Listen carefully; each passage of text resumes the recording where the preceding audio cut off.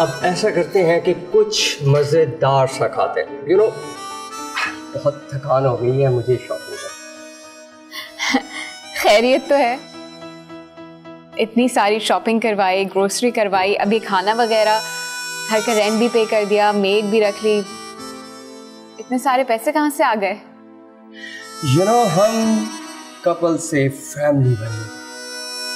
और एक बात तो मुझे बताना याद ही नहीं, मैंने अपना खुद का बिजनेस स्टार्ट किया है और आने वाले वक्त में मेरा बिजनेस बहुत ऊपर जाने वाला है इंशाल्लाह। कौन सा बिजनेस? वो छोड़ो, तुम अपनी सेहत पर ध्यान। अच्छा, ऐसा करते हैं, मैं तुम्हें तुम्हारी दादों की तरफ छोड़ देता हूँ और रात को मैं तुम्हें वापस ले लूंगा। हसन, ये रात में देर से घर आना भी छोड़ देना। छोड़ देंगे मेरी जान, छोड़ देंगे। इनफैक्ट ऐसा है कि मेरा जो बिजनेस पार्टनर है वो यूके में, तो उनकी जो टाइमिंग है इसी वक्त उनके साथ मीटिंग्स होती हैं, थोड़ा एडजस्ट करना पड़ता है। बट डोंट वरी, मैं कर लूंगा। फिर कुछ ऑर्डर कर लेते हैं।